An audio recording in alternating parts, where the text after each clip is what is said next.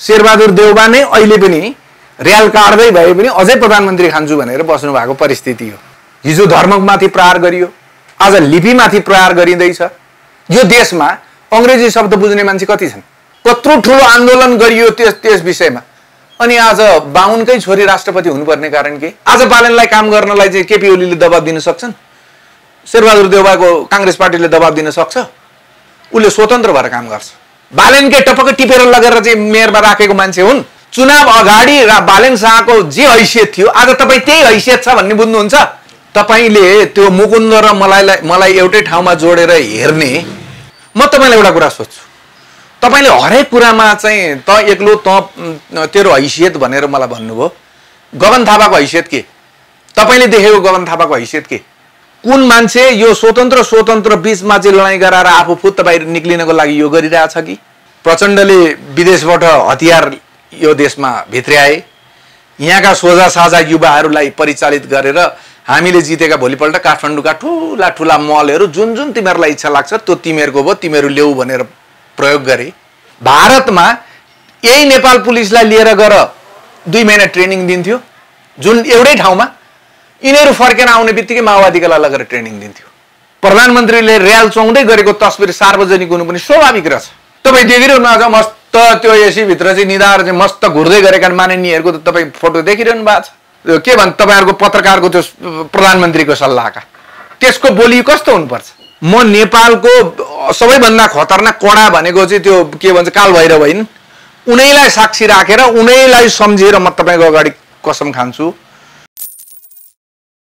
आसन संघीय निर्वाचनमा प्रतिनिधि सभाको लागि सोध्नको उम्मेदवारी घोषणा गर्नुभएको हो यहाँले? लगभग हो।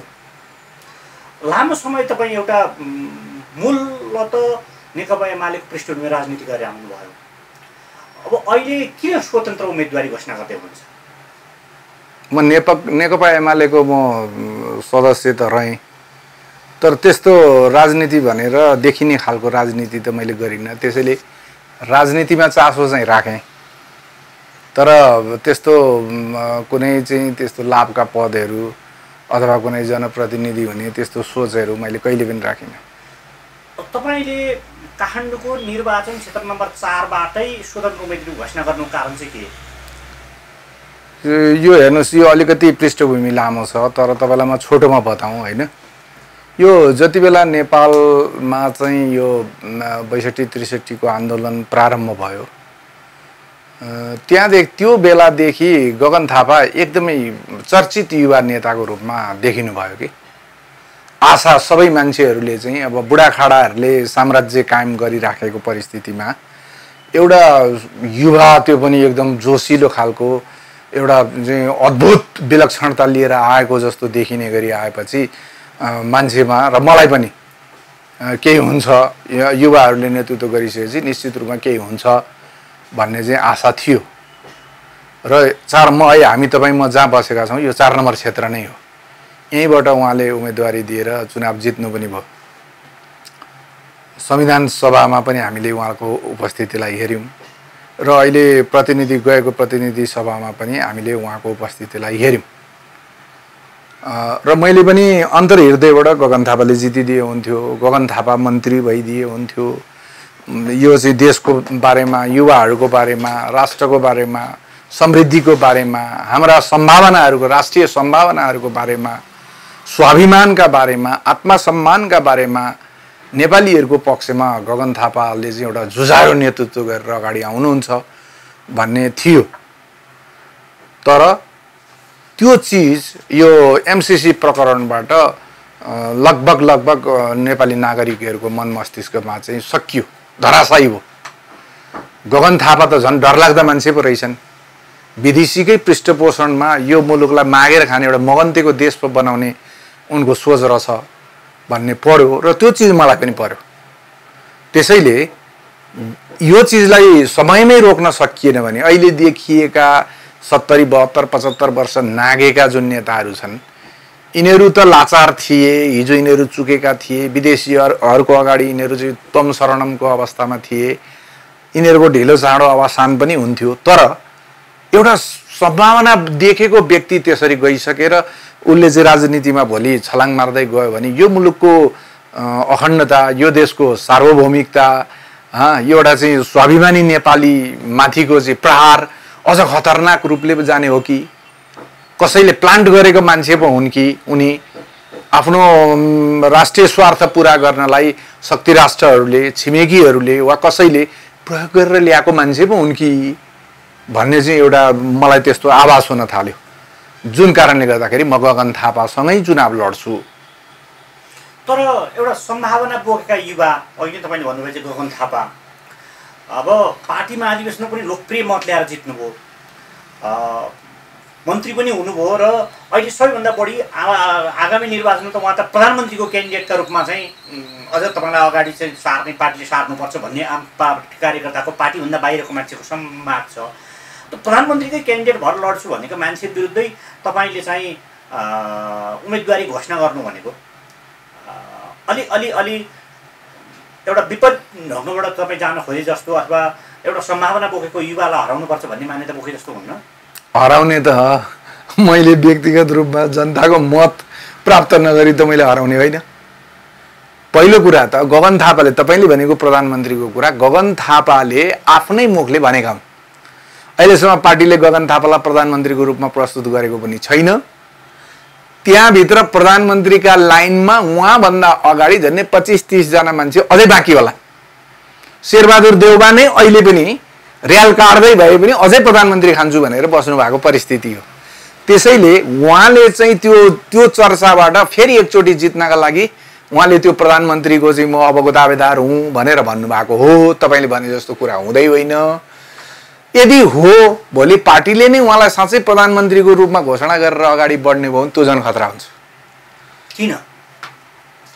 त्यो पार्टीको अहिलेको, नेपाली कङ्ग्रेसको अहिलेको जस्तो अवस्था छ नि, त्यो अवस्थाको आधारमा उहाँभन्दा शीर्ष मानिने नेताहरू, थुप्रै नेताहरू बाँकी हुँदाहुँदै यदि गगन थापालाई घोषणा गरेर जान्छन् भने निश्चित रूपमा त्यो झन् खतरनाक विदेशी शक्तिले, विदेशी ताकतले त्यो जबरदस्त रूपमा उहाँलाई ल्याएको भनेर बुझ्नुपर्छ। तर एमसीसीको पछिल्लो हप्तामा उहाँले बोले पनि एसपीपीका विरुद्धमा त तपाईँलाई कुनै हालतमा तपाईँले एसपीपी सम्झौता गरिनु त्यो भइसकेको छ। गगन थापाले भन्नुभएको छ। तपाईँ सुन्नुहोस् न, त्यो भइसकेको छ। यो नेपाली नागरिकलाई सूचनाको हक, तपाईँ अहिले गएर सूचनाको हक त संविधानमा छ नि, होइन? तपाईँ आजका दिनमा गएर चाहिँ सूचनाको हक भनेर चाहिँ कुन ठाउँको सूचना लिन जानु चाहनुहुन्छ त्यहाँ चाहिँ गएर हेर्नुहोस् त, तपाईँले पाउनुहुन्न। त्यसैले नेपाली जनतालाई अन्यल सिर्जना गर्छ। तपाईँलाई थाहा थियो नेपाल सार्वभौम राष्ट्रको, गणतान्त्रिक नेपाल, लोकतान्त्रिक नेपाल यत्रो भट्ट्याउँदा चाहिँ दर्बिलो दह्रो यस्तो चाहिँ सरकार भन्दै तपाईँको झन्नै 2/3 बहुमत ल्याएर चाहिँ भएको केपी ओलीले थाहा नपाइकन नेपाली सेनाको एउटा जर्नेलले अथवा त्यहाँको चाहिँ प्रधान सेनापतिले अमेरिकालाई लेखेको चिठी त तपाईँले हेर्नुभयो होला। त्यो सम्भव छ? त्यो सम्भव छैन भने र त्यो केपी ओलीले भने जस्तै त्यो यदि साँच्चै त्यो महारथीले नेपालको प्रधान सेनापतिले पठाएको भने त्यो गम्भीर छ कि छैन? तर त्यसलाई त टाइम फिक्स बनाएर फेरि कुरा गर्नुहुन्छ तपाईँ। जब नागरिकको तर्फबाट चुनावको मुखमा, यो अहिले चुनावको मुख छ, जस्तो आज पेट्रोलियम पदार्थमा चाहिँ मूल्य घटाइयो, घटाउनु थियो भने बढाएको किन? आसन्न चुनावलाई दृष्टिगत गरेर एन केन प्रकारेण पुनः एकपटक सत्ता स्वार्थका लागि साम दाम दण्ड भेद के प्रयोग गरेर हुन्छ, के भनेर हुन्छ। तपाईँको अहिलेको अवस्थामा एसपीपी हामी मान्छौँ, हामी स्वीकार्छौँ भनेर गएको भए त यो देशमा आगो बल्थ्यो नि त। चुनावको मुख छ, हो कि होइन? त्यसले गर्दाखेरि स्वभाव अहिले उहाँहरूले अहिले चाहिँ हामीले चाहिँ यो स्थगित गऱ्यौँ, यसलाई हामीले गर्दैनौँ, चिठी पठाए त अमेरिकालाई हामी गर्दैन, तपाईँलाई थाहा छ, जानकारीमा छ। हरेक चिज यिनीहरू चुकिसकेको अवस्था हो। तपाईँ मान्नुहोस्, अमेरिकन सेना मात्रै होइन, कुनै पनि सेना नेपालमा आयो भने यहाँ जानकारी प्राप्त हुँदैन। किन हुँदैन? तपाईँलाई सत्तारूढ दलभित्रकै भूपू प्रधानमन्त्री माधव नेपालले यहाँ अमेरिकन सेना आए भन्छन्, कहाँ राखेको छ, के राखेको छ, जानकारी पाऊँ भनेर संसदमा बोल्नुभयो, सुन्नुभयो होला नि। भूपू प्रधानमन्त्री सत्तारूढ दलको एउटा घटकको प्रमुख मान्छेलाई जानकारी हुँदैन भने तपाईँलाई र मलाई जानकारी हुन्छ? हामीले थाहा पाउँछौँ? तपाईँ एकजना व्यक्ति स्वतन्त्र उम्मेदवार जित्ने नजित्ने त टुङ्गै छैन। ठिक छ, स्वतन्त्र उम्मेदवार उठ्दैमा चाहिँ अनि त्यो के विदेशी सेना आउने यो हस्तक्षेप रोकिन्छ? हेर्नुहोस्, सबभन्दा ठुलो कुरा भनेको नागरिकको चेतना हो। तपाईँले अहिले जस्तो भन्नुहोस् न, गठबन्धनको सरकार यति शक्तिशाली हौँ, हामी यहाँ हौँ त्यहाँ हौँ भनेर ताउर माउर गरे पनि बाहिर यत्रो ठुलो विरोध भइसकेपछि त अलिकति व्याक्त हुनु पर्यो। आज म व्यक्तिगत रूपमा बोल्दैछु, म आज व्यक्ति हुँ, तपाईँले मलाई अहिले कुरा गर्न आउँदाखेरि म व्यक्ति हुँ, तर मलाई जनताको अभिमत सहित त्यो ठाउँमा भोलि पुग्ने स्थिति भयो भने म व्यक्ति रहन्छु। म त एउटा क्षेत्रको नेपाली चाहिँ एउटा प्रबुद्ध समूहको नेतृत्व गर्ने, उनीहरूले मत दिएर शक्तिशाली बनाएको मान्छे बन्छु कि हुन्छु कि हुन्न म? अनि एउटा व्यक्ति यति प्रखर भएर बाहिर निक्लिँदाखेरि, जनतामा चेतना पुर्याउँदाखेरि सरकारले डराउनु पर्ने अवस्था सिर्जना हुन्छ भने भोलि म यहाँको मतले जितेर गएको एउटा प्रतिनिधि हुन्छु भने मैले बोल्ने ठाउँ, मैले भन्ने ठाउँ, मैले चाहिँ तपाईँ मिडिया मार्फत सार्वजनिक गर्ने ठाउँ त प्रशस्त मात्रामा हुन्छ नि। यो स्वतन्त्र बालेन्द्र शाहले काठमाडौँ महानगरपालिकाको मेयर जितेका कारणले पनि धेरै मान्छेले या तपाईँलाई धरानमा चाहिँ हर्क साम्पाङले जितेको, या तपाईँलाई चाहिँ धनगढी मगर गोपाल हमालले चाहिँ यो महानगरपालिका उपमहानगरपालिकामै स्वतन्त्र भएर जितेको कारणले पनि यो स्वतन्त्र उठ्नुपर्छ भन्ने एउटा एउटा एउटा जमात, एउटा अथवा एउटा समूह अथवा व्यक्तिहरू अलिक स्वतन्त्र भन्ने शब्दलाई उ गर्न थाले हुन्? होइन, तपाईँ दलगत रूपमा जितेर यो बहुदलीय व्यवस्थामा के देखियो भन्दाखेरि तपाईँ संविधान सभाकै कुरा गर्नुहोस्। संविधान सभा, पहिलो संविधान सभा त्यत्रो पैसा खर्च गरेर निर्माण भएको पहिलो संविधान सभा खारेज भयो। त्यस पछाडि दोस्रो संविधान सभा मार्फत गएर तपाईको ल्याङ्गरिङ झुलाउँदै झुलाउँदै झुलाउँदै झुलाउँदै न जनताको विचार बुझ्ने काम भयो, न तपाईको त्यति बेला चाहिँ बहुदलीय व्यवस्था भनेपछि मान्छेले त पार्टीलाई भोट हालेर पठाए, स्वभावैले त्यो स्वाभाविक पनि थियो। हामीले त दललाई भोट दिएर पठाएको हो नि त।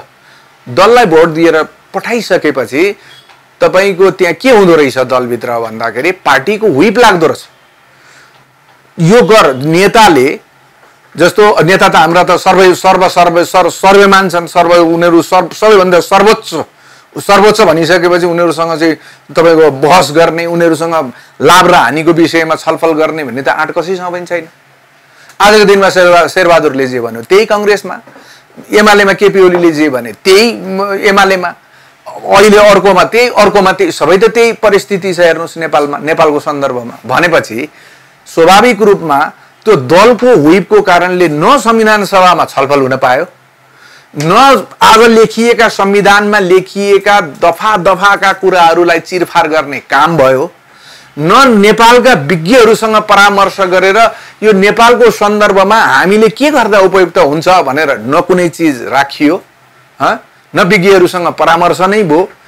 के भयो? 4 जना दलका नेताहरू बसे, विदेशीले कहाँबाट कसरी परिचालन गरे, के भने, कसो भने, ठ्याक्क बसे। तपाईको सर्लक्क लिएर आएर ल्याप्चे लगाओ भनेका भरमा ल्याप्चे लगाएको हो कि होइन? कसैले आफ्नो मत त्यहाँ जाहेर गर्न पायो? पुलमान गुरुङ नेपाली कांग्रेसको संविधान सभाको चुनावको प्रबुद्ध सबैभन्दा पाको उमेरको संविधान सभा सदस्यको हैसियतले सभामुखको उहाँले चाहिँ शपथ ग्रहण गराउनु भएको मान्छे। तपाईँ जानुस् त उहाँ के भन्नुहुन्छ? टोटल्ली विदेशीहरूको इशारामा जो गर्नै नहुने काम, संविधानमा लेख्नै नहुने कुराहरू लेखिएको छ भनेर अन्तर्वार्ता दिइरहनु भएको छ। संविधान सभाका सदस्यहरू तपाईँ आज भेट्नुहोस्, यो हुँदै नभएको कुरो। तपाईको जनआन्दोलन, यिनीहरूले 62-63 को जनआन्दोलन भने होइन, त्यहाँ यो धर्मको कुरा उठेको थियो। त्यहाँ तपाईँले देख्नु भएको थियो, एकाएक कहाँबाट आयो? यो राष्ट्रलाई धर्मनिरपेक्ष बनाउने कुरा कहाँबाट आयो? त्यसले संसदमा प्रवेश पाएर छलफल हुन पायो? कसको के कारणले भयो? अनि राज्य धर्मनिरपेक्षता हुँदा हानि चाहिँ के भयो त? ल गजब कुरा गर्नुहुन्छ तपाईँ। यहाँ बसेका मान्छेहरू, बहुसंख्यक मान्छेहरूले त्यो धर्मलाई अंगीकार गर्छन् भने तिनीहरूको चित्त बुझ्ने काम हुनु पर्यो नि। त्यो कारणले गर्दाखेरि आज चाहिँ यहाँ आयातित धर्महरूले हाम्रो समाजलाई चाहिँ बेखण्डनतिर लिएर जान थाले। तपाईँ देखिरहनु भएको छ। संविधानमा राज्यलाई धर्मनिरपेक्षको घोषणा गरिसकेपछि कति प्रतिशत हिन्दू घट्यो, हिन्दू धर्म घटेर अरू धर्म बढ्यो भने के त्यो होइन, त्यो तपाईँ सुन्नुहोस्, घटेर बढेको भन्ने कुरा हुँदैन। राष्ट्रको धर्म संस्कृति हाम्रा मौलिक परम्पराहरू हामीले हिजो विरासतमा प्राप्त गरेका हाम्रा चाहिँ स्वाभिमानका कथाहरू ती चिजलाई निमिट्यान्न पार्न पाइँदैन। तपाईँ आज हेर्नुहोस्, मलाई तपाईँ एउटा जवाब दिनुहोस्, तपाईँ प्रबुद्ध पत्रकारको हैसियतले मलाई जवाब दिनुहोस्। नेपालको आफ्नै लिपि छ, देवनागरी लिपि, त्यसको अर्थ छ, त्यसको पौराणिक त्यो कसरी यो सिर्जना भयो, त्यो देवनागरी लिपिको सिर्जना हुनुका पछाडि के छ? समृद्ध छ हाम्रो लिपि। हामीसँग सबै कुराले चाहिँ यो हाम्रो पूर्वीय दर्शन भनेको सम्पूर्ण रूपमा चाहिँ एउटा फिलोसफी अरू सबै कुराले चाहिँ दर्शनकै हिसाबलेदेखि लिएर वैज्ञानिक हिसाब किताब सबै चिजले चाहिँ एउटा चाहिँ निपुण भएको चिजलाई समाप्त गर्नको लागि आज एकाएक तपाईँ चाहिँ अङ्ग्रेजी अक्षरको चाहिँ त्यो इम्बोस नम्बर लेखिनुपर्छ भनेर आज यत्रो बवन्डरको स्थिति सिर्जना भएको छ। हिजो धर्ममाथि प्रहार गरियो, आज लिपिमाथि प्रहार गरिँदैछ। यो देशमा अङ्ग्रेजी शब्द बुझ्ने मान्छे कति छन्? भोलि कुनै गाडीले ठक्कर दियो, भागो, त्यस छेउछाउमा हुने नपढेका मान्छेले त्यसको नम्बर नोट गर्न सक्छन्? त्यो प्रविधि छ नेपालमा? त्यो सक्छ? यो हठात कहाँबाट आइरहेछ? किन हुँदैछ? एकपछि अर्को प्रहार किन हुँदैछ? अब तपाईँलाई भन्नु, ल नेपाल हिन्दू राष्ट्र थियो, तपाईँ चाहिँ मलाई भन्नुहोस् न त, नेपाल हिन्दू राष्ट्र भएको कारणले कुन धर्मप्रति असहिष्णु थियो, कुन अल्पसंख्यक धर्मावलम्बीहरू थिए, तिनीहरूमाथि चाहिँ दबाव, तिनीहरूमाथि चाहिँ अन्याय, तिनीहरूमाथि शोषण यो धर्मले कहाँ गरिरहेको थियो? मलाई देखाउनुहोस्। थुप्रै जातिहरू त हामीलाई चाहिँ यो चाहिँ हिन्दू वर्णवादी सङ्कल्प चाहिँ तपाईँलाई संस्कार उच्च बाहुन खस बाहुनहरूले चाहिँ हामीलाई दमित गरेको थियो, उठ्न दिए। त्यो सामाजिक रूपमा त्यो जातीय विभेद गराएर समाजलाई चाहिँ विखण्डन गर्नका लागि ल्याइएको कुरा हो। तपाईलाई म एउटा कुरा भन्छु, किराँतहरूको धर्मगुरुको सबैभन्दा ठुलो देवता को? यलम्बर। यलम्बरले पनि मान्ने भनेको शिवजी होइन? हामी सबै हिन्दूहरूका देवका पनि देवता भनेका हिन्दू के अरे शिवजी होइनन्? किराँतीको धर्म संस्कृति हामीसँग आएर मिल्थ्यो, हामीसँग नमिल्ने बौद्धहरूको त स्वभावैले मिलिहाल्छ, हामीसँग नमिल्ने भनेको क्रिस्चियन र यो के भन्छ मुसलमान। मुस्लिम समुदाय पनि आज नेपालमा हिन्दू धर्म हुनुपर्छ, किनभने सहिष्णु थियो, कट्टर हिन्दूहरू हुँदैन थियो। म मुसलमानकामा गएर मजासँगले उसको आतिथ्यता ग्रहण गर्न सक्थेँ, मुसलमान मेरो घरमा आएर चाहिँ गजबले आतिथ्यता चाहिँ गरेर चाहिँ जान सक्थ्यो। यो खलबल्याउने काम किन भइरहेछ? जुन चिजलाई प्रायोरिटी दिएर यो देशमा भएका हाम्रा सम्पदाहरूको उचित चाहिँ के भन्छ उत्खनन गर्ने, त्यसलाई प्रयोगमा ल्याउने, तिनीहरूबाट चाहिँ देशलाई चाहिँ आत्मनिर्भर बनाउने, स्वनिर्भर बनाउने, त्यतातिर चाहिँ ध्यान नजाने, अनि जुन नगर्नुपर्ने हाम्रा सामाजिक मूल्य मान्यताहरूलाई समाप्त गर्नुपर्ने, यो के? मलाई भन्नुहोस्। यदि ब्राह्मणहरूले यो मुलुकमा यदि त्यस्तो किसिमको अन्याय अत्याचार सारा शोषणको परिस्थिति थियो भनेर आज सत्तामा बसेका दलका नेताहरूले यो समाजलाई विग्रह गर्ने काम गरे। हामी एउटा ओल्लो घर पल्लो घरमा बसेका फरक जातिका मान्छेहरू भित्रको सद्भावलाई शङ्का उत्पन्न गराइदिएर चाहिँ त्रासको स्थिति सिर्जना गरे। तराई मधेसबाट कति पहाडीहरूको पलायन भयो, तपाईहरुले देख्नुभयो कि देख्नु भएन? पलायन भयो, कत्रो ठुलो आन्दोलन गरियो त्यस विषयमा। अनि आज बाहुनकै छोरी राष्ट्रपति हुनुपर्ने कारण के? अनि भारत आज त्यो भारतमा त्यो अहिले त्यो के मुर्मु भन्ने त्यो आदिवासीको त्यत्रो त्यो एउटा जेरो लेभलबाट उठेकी मान्छेलाई राष्ट्रपतिमा त्यहाँ हल्लै नगरिकिन पनि पुर्याउन सक्ने, यहाँ चाहिँ तपाईले कुनै पदमा जानु पर्यो भने बाहुनै चाहिने, ब्राह्मणै हुनुपर्ने, ब्राह्मणै राख्नुपर्ने, तर जसले त्यो गर्छन् तिनै मान्छेहरू चाहिँ फेरि यो के भन्छ यो ब्राह्मणवाद ब्राह्मणले खायो, यो भो त्यो भो भनेर फेरि समाजलाई विखण्डन। किन? यसको पछाडिको कारण के हो? यसको पछाडिको रहस्य के हो? के हो त? यही हो, समाजलाई विखण्डन गर्ने। जाति यत्रो 100 जाति भन्दा बढी, तपाईको 100 वटा भाषा भन्दा बढी भएको मुलुकमा सबै चिजको सहिष्णुता सिर्जना गर्न सकिएन र एउटाले अर्कोलाई चाहिँ तपाईको के भन्छ यो यसले मलाई खायो, यसले मलाई यसो गरो भन्न थाल्ने हो भने यो मुलुक छेदविच्छेद हुन कति टाइम लाग्छ होला? कति समय लाग्छ? तपाईँ एउटा एक्लो मान्छेको उम्मेदवारीले सेल्फिसित हुन रोक्छ त? त्यसका लागि त एउटा अभियान बनाएर पिपुलहरूलाई सचेत बनाउँदै हिँड्ने एउटा कुरा पनि महत्त्वपूर्ण कुरा हो। अनि तपाईँलाई भन्दैछु त, अहिलेको तपाईँले सोध्नुभयो स्वतन्त्रको अभियान के? स्वतन्त्रको यही हो अभियान। स्वतन्त्रहरूले आज जे गर्दैछन्, तपाईँ जे देखिरहनु भएको छ, यिनीहरूले विदेशी ताकतसँग आफूलाई पूर्ण रूपमा समर्पित गरेर आत्मसमर्पण गरे। विदेशी ताकतसँग यिनीहरूले आत्मसमर्पण गरिसके। त्यो आत्मसमर्पण गरेको कुरो पार्टीभित्रका अरू अन्य दोस्रो तेस्रो दर्जाका मान्छेलाई थाहा छ। तर पनि पार्टीभित्र जुन किसिमको अनुशासन र यी हुइप सुइप आदि इत्यादिका कुरा लगाएर त्यो कुरालाई बाहिर ल्याउन दिइँदैन, त्यसमा बाध्य बनाइन्छ। तर स्वतन्त्र उम्मेदवारहरू आज बालनलाई काम गर्नलाई चाहिँ केपी ओलीले दबाब दिन सक्छन्? शेरबहादुर देउवाको काङ्ग्रेस पार्टीले दबाब दिन सक्छ? उसले स्वतन्त्र भएर काम गर्छ। तपाईँ वडा अध्यक्षले पहिलो बैठकमा उनलाई चाहिँ रेखरेख बनाए, वडा अध्यक्षहरूले नीति तथा कार्यक्रम पास हुँदैन, त्यो त दलकै तर्फबाट जितेका छन्, समस्या छ नि। कसरी समस्या छ?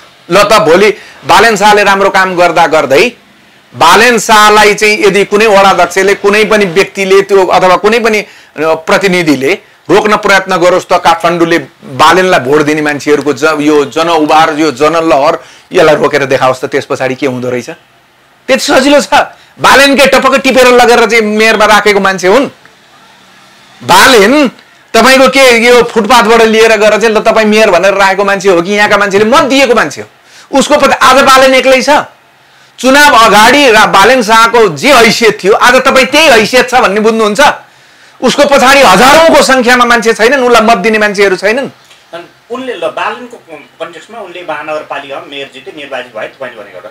तपाईँ त यहाँ त रत्न पार्कमा चाहिँ ख्याउ कराउँदै हिँड्ने मुकुन्देले पनि यही क्षेत्रमा स्वतन्त्र गर्ने, अर्जुन प्रसाईले पनि गर्ने, तपाईँ यहाँ नि मुकुन्देले तपाईँलाई चाहिँ स्वतन्त्र उम्मेदवारी घोषणा गरेका ठाउँमा तपाईँले पनि उम्मेदवारी गर्नु कति अन्तर हो? तपाईँले त्यो मुकुन्द र मलाई एउटै ठाउँमा जोडेर हेर्ने, पहिला सबभन्दा पहिला मैले आज जुन संस्थाको नेतृत्व गरेँ त्यसको नेटवर्क, त्यसका सदस्यहरू, मैले हिजो गरेका क्रियाकलापहरू, म आज यो उमेरमा आएर अब मलाई कुन स्वार्थले म त्यो ठाउँमा गएर के लाभ लिनका लागि चाहिँ म चुनावमा जाँदैछु, त्यो तुलना नगरिकन तपाईँ मुकुन्देसँग मलाई तुलना गर्नुहुन्छ? त्यसो भए यहाँबाट यो स्तरबाट तपाईँले जित्ने आधार के छ? सबै मलाई जनताको अपार माया।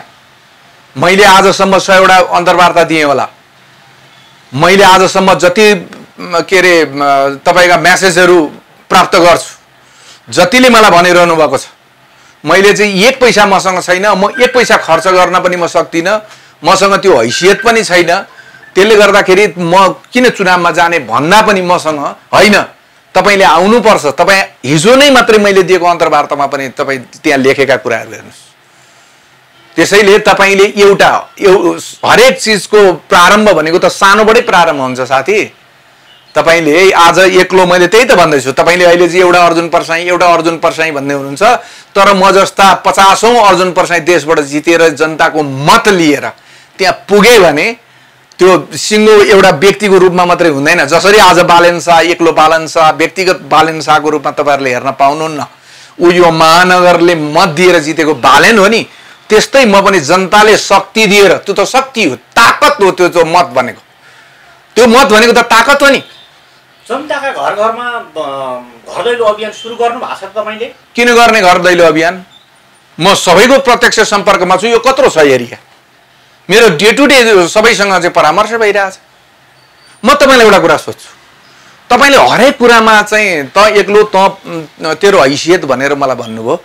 गगन थापाको हैसियत के? तपाईँले देखेको गगन थापाको हैसियत के?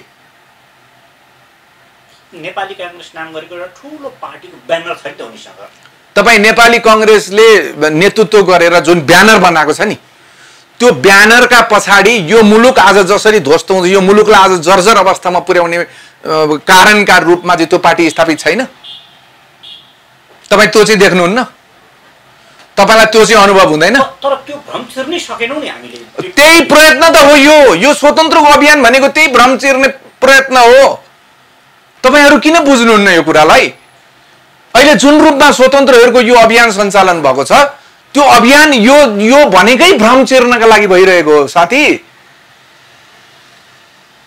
यो क्षेत्रबाट जो यो क्षेत्र नम्बर 4 बाट जसले स्वतन्त्र उम्मेदवार उठ्छु भनेर घोषणा गर्नु भएको छ या स्वतन्त्रले जित्नुपर्छ भनेर आवाज उठाउनेहरू हुनुहुन्छ, त्यो त्यो त्यो तपाईँहरू बिचमा बसेर छलफल परामर्श एकजना मात्रै उठेर जानुपर्छ यो ढङ्गले अथवा यसरी जानुपर्छ भनेर त्यो अभियान सुरु गर्नु भएको छ कि छैन? यहाँ सुन्नुहोस्, सबभन्दा ठुलो कुरा जनताको मतदाताको चेतनाको स्तर हो। काठमाडौँमा बस्ने, राजधानीभित्र बस्ने मतदाताको चेतना बाहिरकाको भन्दा निश्चित रूपमा बढी हुन्छ, जसको उदाहरण भनेको बालेन शाह हो। तपाईँ यहाँबाट मफसलतिर बाहिर निक्लिएर जाने हो भने तपाईँले भनेका कुरा त्यति सहज हुँदैन। गर्दैलो गर्नुपर्छ, तडक बडक गर्नुपर्छ, माइकिङ गर्नुपर्छ, पोस्टरिङ छर्नुपर्छ, पम्पलेट छर्नुपर्छ, टोल टोलमा चाहिँ मान्छेलाई बोलाएर बेलुका जाँड खुवाउनुपर्छ, रक्सी खुवाउनुपर्छ, घुम्ने मोटरसाइकलवालाहरूलाई पेट्रोल दिनुपर्छ, अनि अलि ढाँडढुँडका कुराहरू चाहिँ आकर्षणका कुराहरू हामी भयौँ भने तँलाई यसो तँलाई जागिर लगाइदिन्छु, तँलाई यो गरिदिन्छु, त्यस्ता कुराहरू। तर काठमाडौँका मतदाताहरूलाई मेरो विचारमा त्यसो गरिरहनुपर्छ जस्तो मलाई लाग्दैन। स्वतन्त्रै भएर कोही उड्छ भने पनि, कोही अरू थप आउँछन् भने पनि यहाँका नागरिकहरूले त्यो कुरा बुझ्छन्। कुन मान्छे यो स्वतन्त्र बीचमा चाहिँ लडाइँ गराएर आफू फुत्त बाहिर निक्लिनको लागि यो गरिरहेछ कि, त्यो सब यहाँको मतदाताहरूले थाहा पाउँछ। तर तपाईँले भने विपरीत त बालेन शाहले स्वतन्त्र जित्नको निम्ति उम्मेदवार दिनको निम्ति 5 वर्ष अघिबाट तयारी गरेका थिए। त्योभन्दा 5 वर्ष अघि निर्वाचनका समयदेखि तयार गरेर यो यसमा मुलुकका थुप्रै मूर्धन्य अन्तर्राष्ट्रिय क्षेत्रमा ख्याति प्राप्त भइसक्या हैन मान्छेहरूसँग परामर्श गर्ने र टिम नेटवर्क बनाउने त्यो काम गरेका थिए र त्यो 5 वर्ष लामो सङ्घर्ष रह्यो। अब तपाईँले 81 यो तयारी कति लामो? तपाईँ मलाई कसरी 81 भन्नुहुन्छ? मैले भने 81 भन्ने कि भने तपाईँले कति लामो समयदेखि यो तयारी गर्नु? तपाईँलाई म एउटा कुरा भन्छु, मेरो चेतनाको स्तर 17-18 वर्षको जब म भएँ, मैले नेपालको राजनीतिलाई नजिकबाट हेर्ने प्रयत्न गरेको मान्छे हुँ। म भनेको 40 वर्ष अगाडिदेखि। म 40 वर्षदेखि नेपालको राजनीतिलाई बडा मेन तरिकाले हेर्दै, आशा राख्दै, फेरि निराशा हुँदै, फेरि आशा राख्दै, फेरि निराशा हुँदै, यसो भए पो हुन्छ कि, यसो चाहिँ भयो भने हुन्छ कि, यस्तो चाहिँ गर्दा हुन्छ कि, पूर्ण बहुमत दियो भने पो हुन्छ कि, यसपालि त पूर्ण बहुमत दिएको छ, पूर्ण बहुमतको एकल सरकार छ, पक्का पनि यो 5 वर्षसम्म केही न केही समृद्धिका चाहिँ आधारहरू निर्माण गरेर जान्छ कि, जाने भयो। त्यस्ता आशा र निराशाका बीचबाट गुज्रिँदै आएको मान्छे हो। 17,000 मान्छे मारिए, प्रचण्डले विदेशबाट हतियार यो देशमा भित्र्याए, यहाँका सोझा साझा युवाहरूलाई परिचालित गरेर हामीले जितेका भोलिपल्ट काठमाडौँका ठुला ठुला मलहरू जुन जुन तिमीहरूलाई इच्छा लाग्छ त्यो तिमीहरूको भयो, तिमीहरू ल्याऊ भनेर प्रयोग गरे। आज ती युवाहरू कहाँ छन्? तिनीहरू कति अङ्गभङ्ग। आज मैले एउटा रामेशको अघि एउटा इन्टरभ्यू हेरेका थिएँ, जसले नेपालको कम्युनिस्ट आन्दोलनभित्र एमालेलाई स्थापित गर्नमा महत्त्वपूर्ण भूमिका निर्वाह गरेको मान्छे हो रामेश भन्ने मान्छे। त्यो मान्छेले दिएको त्यो इन्टरभ्यू हेर्दाखेरि त्यो रामेशभित्र भएको विरक्तिले उनलाई चाहिँ विरक्त भयो, मलाई चाहिँ आक्रोश सिर्जना भयो। हिजो जनताका गीतहरूले गाउँ र बेसी थर्काउँदै एमालेलाई स्थापित गर्न त्यसरी हिँडेको एउटा कलाकार, एउटा आशा बोकेको कलाकार, आज उसले ती व्यक्त गर्दै गरेका ती सन्देशहरू, उसले व्यक्त गर्दै गरेका ती भनाइहरू हेर्दाखेरि त्यति दुःख लाग्ने खालका छ। हेर्नुहोस्, यत्रो निराशाको बीचमा हामी पनि त गुज्र्यौँ नि। तपाईँको हामीलाई पनि त विश्वास थियो नि। यत्रो सङ्घर्ष गरेर आएका मान्छेहरू निश्चय नै तपाईँको सत्तामा पुगिसकेपछि त नेपालीहरूको उन्नति, प्रगति, यो नेपालको स्वाभिमान, यो नेपालको आत्मसम्मान आज तपाईँ देखाउनुहोस्। राज्यका अङ्गहरूको सन्दर्भमा मलाई मेरो चित्त बुझाउनुहोस्। तपाईँ नेपालमा सग्लो कुनै संस्था देख्नुहुन्छ जसलाई तोकिएको काम कर्तव्य अधिकारबाट च्युत नभइकन, बाहिर नभइकन निष्ठापूर्वक काम गरेको मलाई एउटा संस्था देखाउनुहोस्। देख्नुहुन्छ? कर्मचारी तन्त्र देख्नुहुन्छ कि प्रहरी, राज्यको चाहिँ कानुन कार्यान्वयन गर्ने प्रहरी निकाय देख्नुहुन्छ कि राजस्व सङ्कलन गर्ने चाहिँ अर्थ मन्त्रालय अन्तर्गतका निकायहरू देख्नुहुन्छ कि, त्योभन्दा पनि ठुलो कुरो सबैबाट अन्याय खपेर सबैतिरबाट चाहिँ एकदमै दुखित भएर न्याय माग्न जाने अदालत आज कति कुरूप अवस्थामा छ तपाईँले अनुभव गर्नुभएको छैन? अनि तपाईँ यति कुरूप जसले बनायो यो छेद विच्छेद यसलाई घिजोलेर यस्तो बनाइदियो कि विदेशीहरू सहज र स्वाभाविक रूपमा आएर यहाँ माछा मार्न सक्ने परिस्थिति निर्माण गरिदियो। तिनीहरूलाई तपाईँ ठुलो भन्नुहुन्छ? यो आज एकै दिनमा भएको हो र एउटा कुरा। दोस्रो कुरो, समग्रमा अरलतदेखि लिएर तपाईँले चाहिँ प्रहरी प्रशासन ब्युरोक्रेसी भन्नुभयो, तपाईँले भनेका कुरासँग म सहमत छु। तर त्यहाँ आशाको दीप त केही न केही फेरि त बाँकी छ नि त। सबैले एउटै बास्केटमा हालेर हामीले त अरलतमा भए जति सबै तपाईँ निराशाको दियो केलाई भन्नुहुन्छ?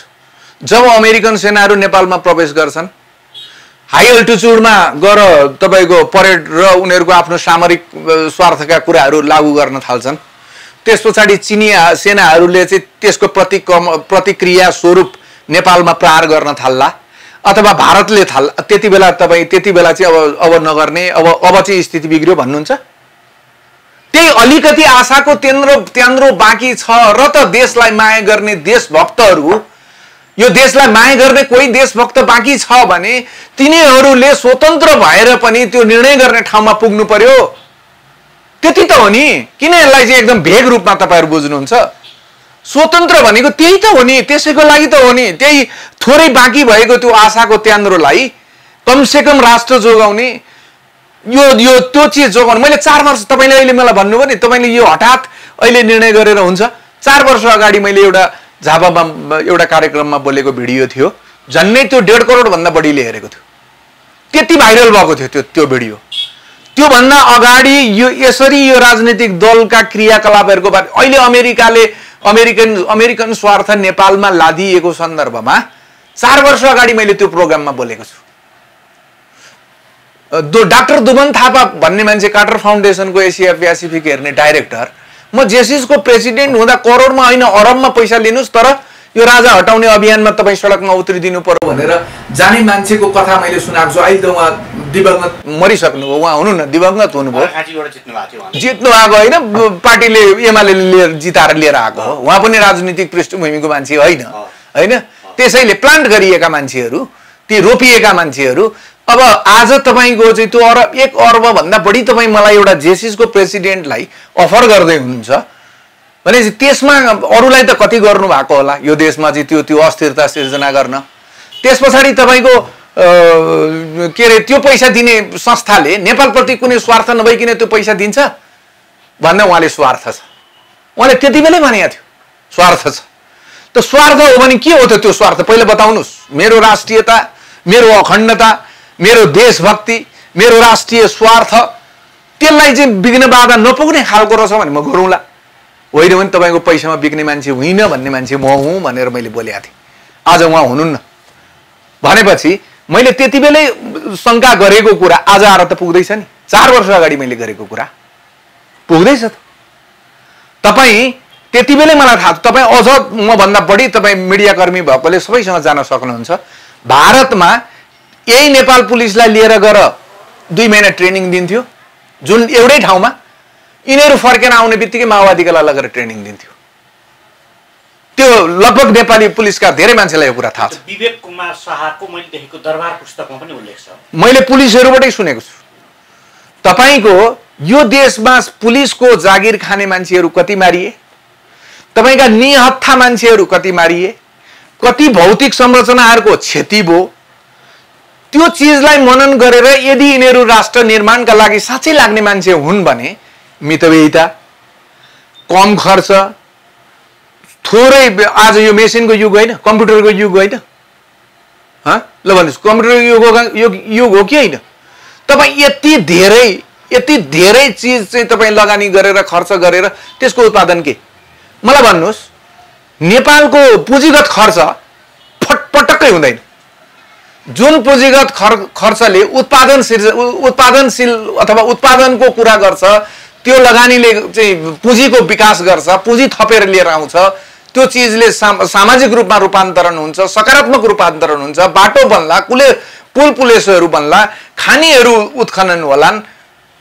किन तपाईँको 30-32% भन्दा 1 वर्षमा तोकिएको लेखिएको बजेटले निर्धारण गरेको भन्दा 30% पनि खर्च नहुनुपर्ने कारण के? यिनीहरू नालायक हुन् कि होइन? किन? तपाईँ जानुहोस् राष्ट्रिय योजना आयोगमा, तपाईँलाई म आज भन्दै जानुहोस् राष्ट्रिय योजना आयोगमा, मलाई भन्नुहोस्, राष्ट्रिय योजना आयोगमा आज तपाईले सिफारिस गरेर आजको दलमा भएको अथवा सत्तामा भएको सरकारले पठाएका राष्ट्रिय योजना आयोगका सक्षम व्यक्तिहरू हुन् भने अर्को दल परिवर्तन अथवा अर्को सत्तामा आउने बित्तिकै तिनीहरू परिवर्तन हुनुपर्छ पर्छ, किनभने उनीहरूले एउटा तहसँग चाहिँ योजनाहरूको छनौट गरिराखेका हुन्छन्। योजना छनौट भनेको सामान्य विषय हो, मन्त्रीले निर्धारण गर्ने विषय हो। योजना भनेको त्यसका कतिवटा चरण हुन्छ। सबभन्दा पहिला प्रारम्भिक चरण हुन्छ त्यसको, त्यो योजना फिजिबल छ कि छैन, त्यो योजनामा लगानी गर्ने पैसा कहाँबाट आउँछ, जति पैसा लगानी हुन्छ त्यो अनुसारको प्रतिफल प्राप्त हुन्छ कि हुँदैन, त्यसका लागि कति चिज जाँचेर बल्ल बल्ल अनि यसबाट अब्बल दर्जाको फाइदा हुन्छ भनेर क्याटेगोराइज गर्नु पर्यो। सबभन्दा बढी फाइदा दिनेलाई पहिलो प्रायोरिटीमा राख्नु पर्यो। तर त्यो यहाँ हुन्छ? यहाँ त तपाईको प्रधानमन्त्रीले आफ्नो क्षेत्रमा फोन गरेका भरमा फलाना त्यो योजना तपाईँ राखिदिनुस्।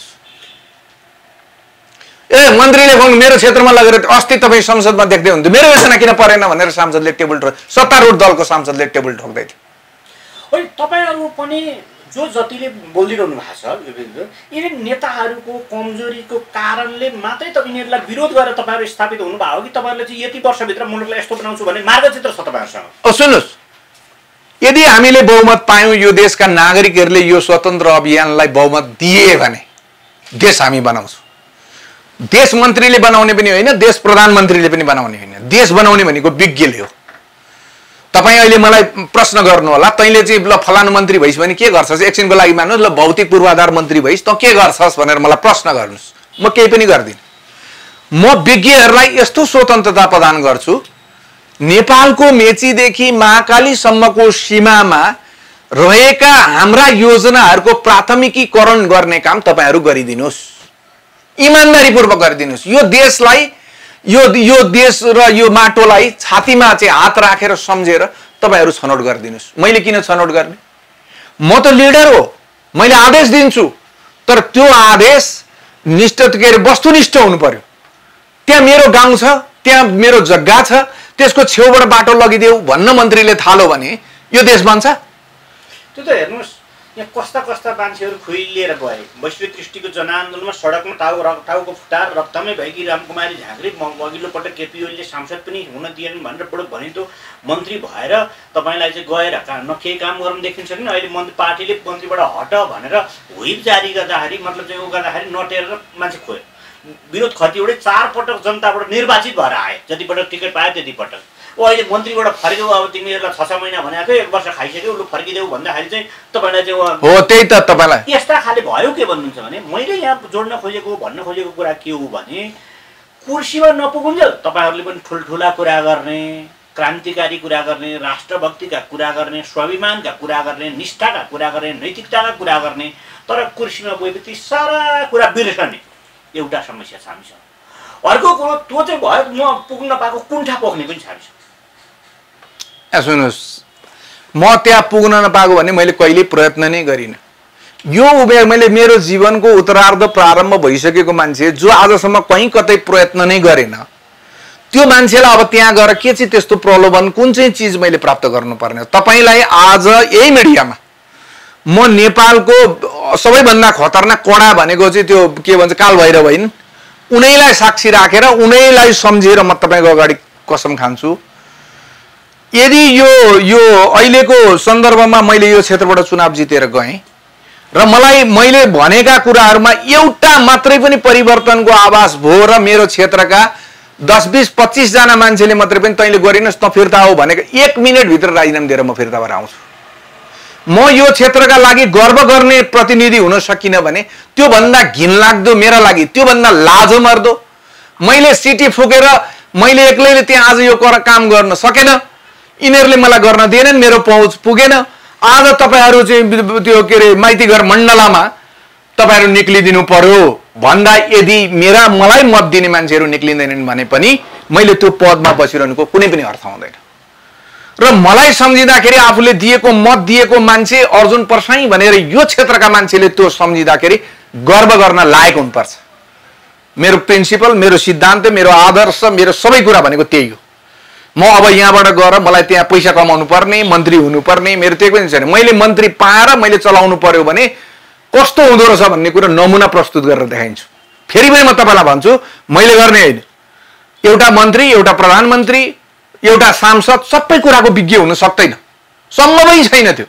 अझ झन् राजनीतिमा, जीवनमा राजनीतिलाई नै पेसा बनाएको मान्छेले त झन् त्यस्तो कुनै हालतमा उसले त्यो गर्नै सक्दैन, उसको दिमाग पुग्दैन। तर उसले के हुनुपर्छ भन्दाखेरि लिडर हुनुपर्छ, म्यानेजरहरू, राम्रा व्यवस्थापकहरूको व्यवस्था चाहिँ गर्न सक्नुपर्छ। मैले किन लिने? जस्ता आखिर मैले पाउने हो नि। नेपालमा विज्ञ छैनन्। देश किन बने, नेपाल किन बने? मैले भनिहालेँ नि, तपाईँले अहिले रामकुमारी झाँक्रीको चाहिँ उदाहरण दिनु। त्यत्रो ढुङ्गा हालेर रक्तामे भए बापत उनलाई चाहिँ पार्टीले अवसर दियो, उनी सांसद भइन् हो।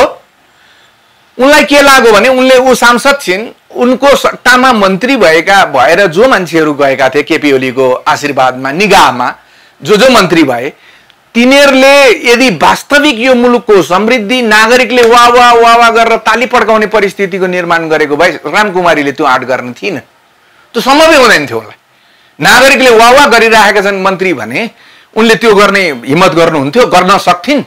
तर भयो के, उनकै साथीहरू, हिजो चप्पल पड्काउनेहरू मन्त्री भएको भोलिपल्टदेखिको सुख सुविधा, तपाईँका अगुवा पछुवा, त्यस पछाडि सालीपट्टिका 7-8 पुस्ता, भिनाजुपट्टिका 8-10 पुस्ता, माओलीतिरका त्यो सबै रजगज हेरेपछि र सिद्धान्तमा पूर्ण रूपमा विचलनको स्थिति आइसकेपछि, त्यो कम्युनिस्ट सिद्धान्त भन्ने सम्पूर्ण रूपमा नष्ट भइसकेको अवस्थामा उनले पनि त्यो स्वार्थ, उनले पनि ओहो म मन्त्री हुन अब यो केपी ओलीले त नदिने रहेछ, तोडफोड जे गरेर भए पनि मैले मन्त्री भएँ भने त म पनि 7-8-10 पुस्तालाई पुग्ने त कमाउँछु, किन नगर्ने? बस त्योभन्दा बाहेक अरू तपाईँ कल्पना नगर्नुहोस्।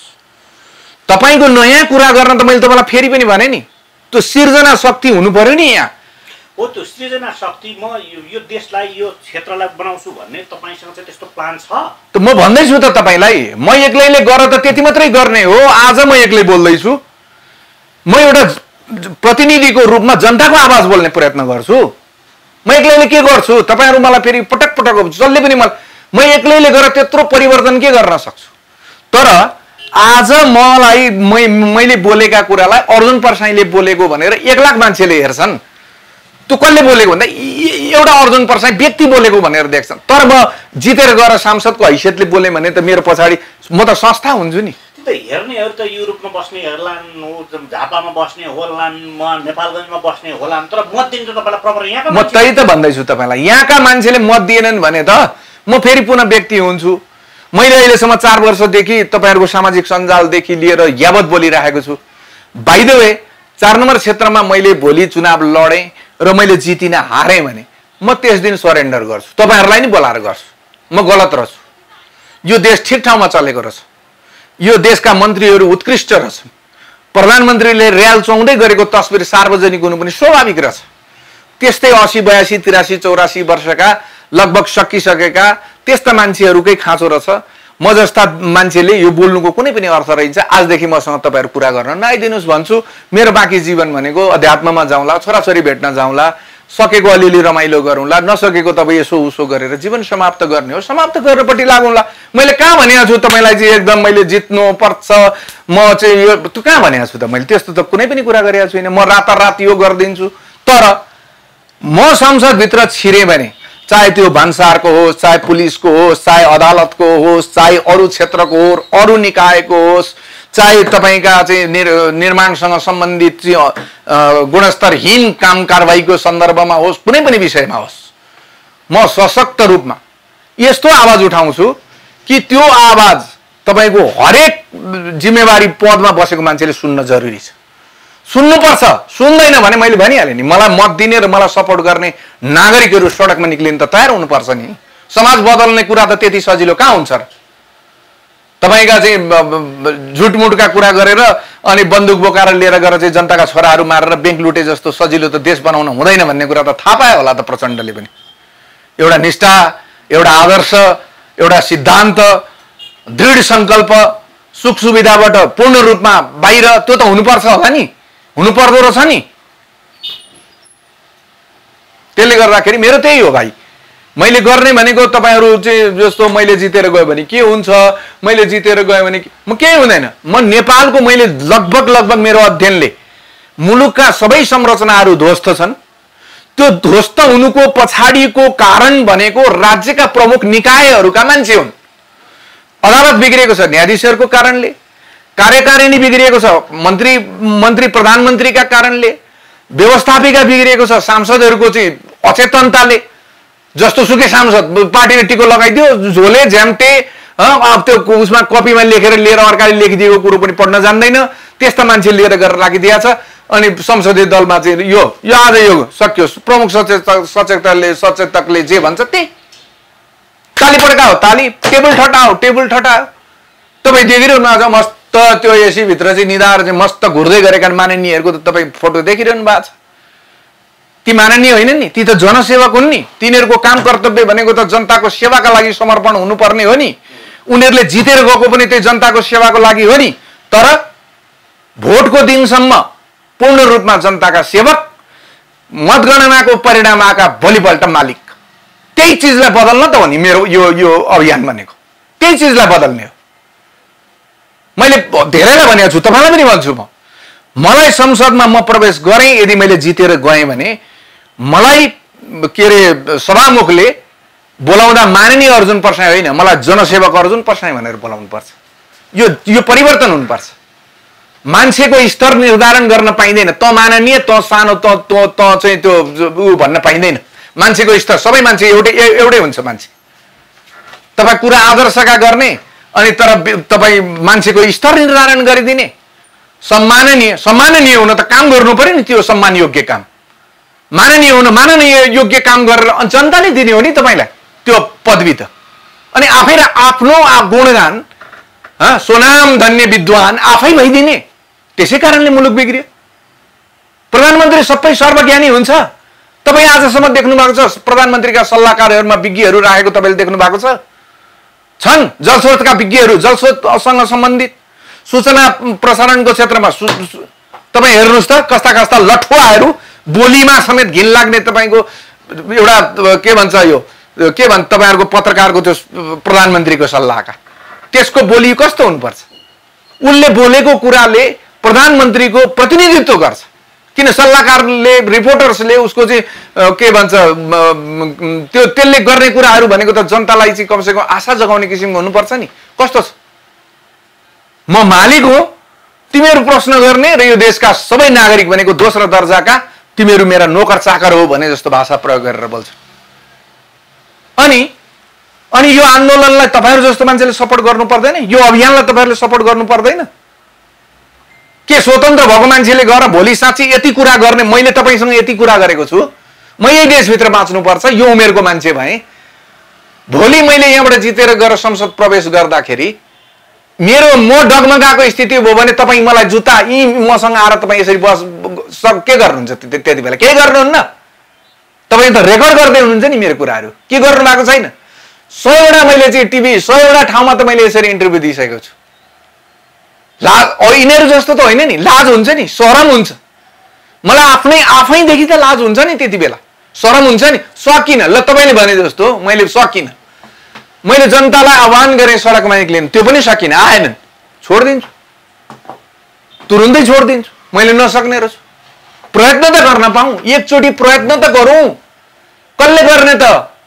हेरेँ युवाको पनि हेरेँ, तपाईँका 26-27 वर्ष लट्टा जवान त्यो सडकमा चाहिँ बाङ्गो मुख पारेर गगन थापाले हानेका ढुङ्गा, ती प्रत्येक ढुङ्गामा सम्भावनाहरू देख्थेँ म। त्यति बेला खुसी लाग्थ्यो।